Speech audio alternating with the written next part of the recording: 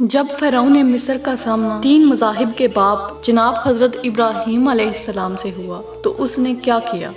فرعون نے آپ کی بیوی حضرت سارہ کو اپنے دربار میں کیوں بلایا؟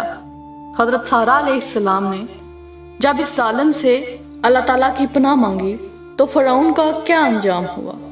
اللہ کے نیک بندوں اور پیغمبروں ولیوں کو آزمایا جاتا ہے، اور یہ آزمائش ہر زمانے میں کسی نہ کسی ولی پیغمبر پر آتی رہی۔ اسی طرح اللہ تعالیٰ نے نہ صرف ولیوں پیغمبروں کو آزمایا بلکہ ان کے اہل خانہ بھی نہایت درد و کرب سے گزرے اور ان پر بھی سخت سے سخت آزمائشیں آئیں۔ ایسا ہی ایک واقعہ جناب حضرت سارہ علیہ السلام کا ہے۔ دراصل جب بابل میں حضرت ابراہیم علیہ السلام کو نمرود نے آگ میں ڈالا تو آپ علیہ السلام صحیح سلامت بچ گئے۔ یہ معجزہ دیکھ کر نمرود کی بے شمار رایا حضرت ابراہیم علیہ السلام پر ایمان لے آئی اور آپ علیہ السلام کو حق اور سچ پیغمبر ماننے لگی۔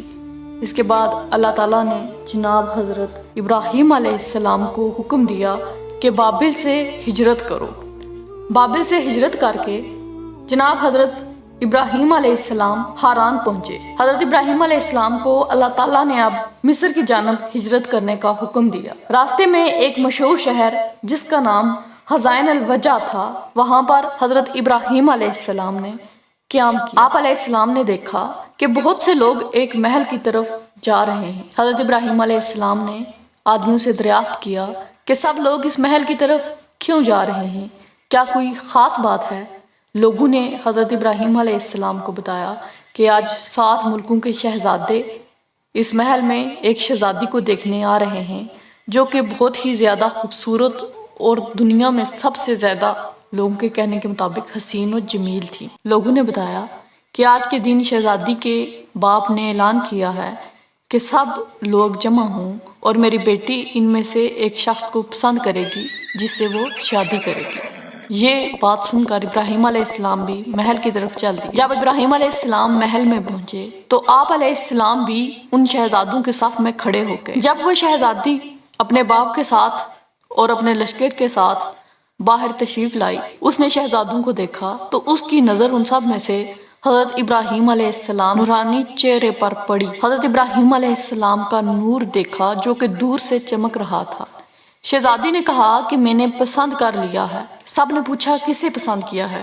اب ہر شہزادے کو یہ تھا کہ مجھے پسند کیا ہوگا کیونکہ میں شہزادہ ہوں، لیکن اس شہزادی سے پوچھا گیا تو شہزادی نے حضرت ابراہیم علیہ السلام کی طرف اپنی انگشت کی۔ حضرت ابراہیم علیہ السلام کو سامنے لایا گیا تو سب دیکھ کر حیران رہ گئے کہ حضرت ابراہیم علیہ السلام عام سے لباس میں تھے اور باقی سب بڑے بڑے محلوں کے شہزادے کھڑے تھے۔ اب شہزادی کے باپ نے ان کی شادی حضرت ابراہیم سے کر دی اور یہ شہزادی جناب حضرت سارہ علیہ السلام تھی۔ اس کے بعد شہزادی کے باپ انہیں بے شمار خزانہ دیا، بے شمار بھیڑ بکریاں اور دیگر ضرورت کی اشیاء دی۔ اس کے بعد حضرت ابراہیم علیہ السلام کے ساتھ رخصت کر دیا۔ حضرت ابراہیم علیہ السلام اپنی بیوی سارہ علیہ السلام کو لے کر وہاں سے مصر کی طرف ہجرت کرنے لگے۔ حضرت ابراہیم علیہ السلام کو آتے ہوئے راستے میں فرعون مصر کے آدمیوں نے دیکھا۔ مصر میں اس وقت کپتیوں کی حکومت تھی اور وہاں کے بادشاہ کو فرعون کہا جاتا تھا۔ اس وقت عامر بن امرتی القیس وہاں کا فرعون جو بہت ہی زیادہ عیاش اور ظالم بادشاہ تھا۔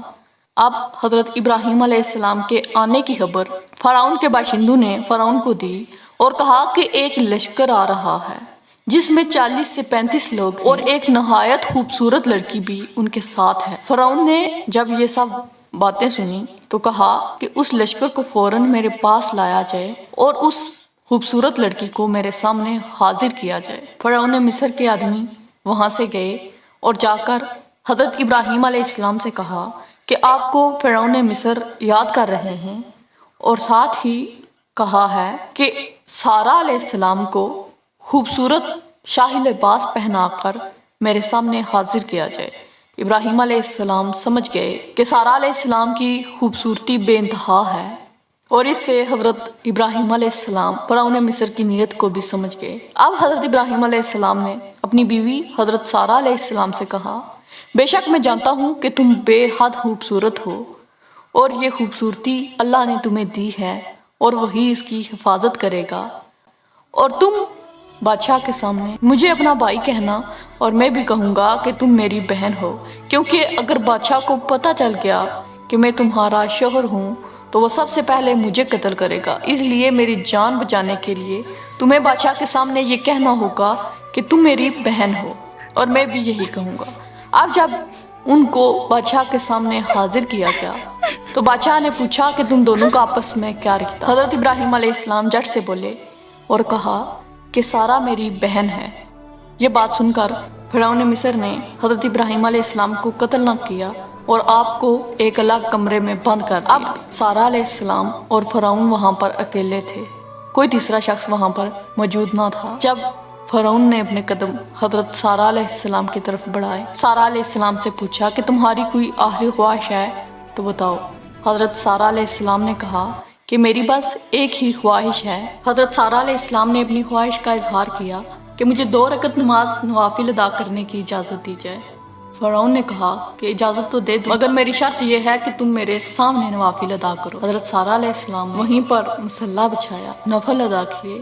اس کے بعد آپ نے کہا، اے میرے پیارے رب، میرا تیرے سوا اس وقت کوئی محافظ نہیں، اور تو سب سے بڑا محافظ ہے، اور سب سے بڑی حفاظت کا ذمہ تو نے لیا ہوا ہے۔ یہ بات کہنے کے بعد حضرت سارا علیہ السلام مصلی سے اٹھی۔ فرعون آپ کی طرف بڑھا، جو ہی وہ آپ کی طرف بڑھا اس کے پاؤں زمین میں دھنستے چلے گئے۔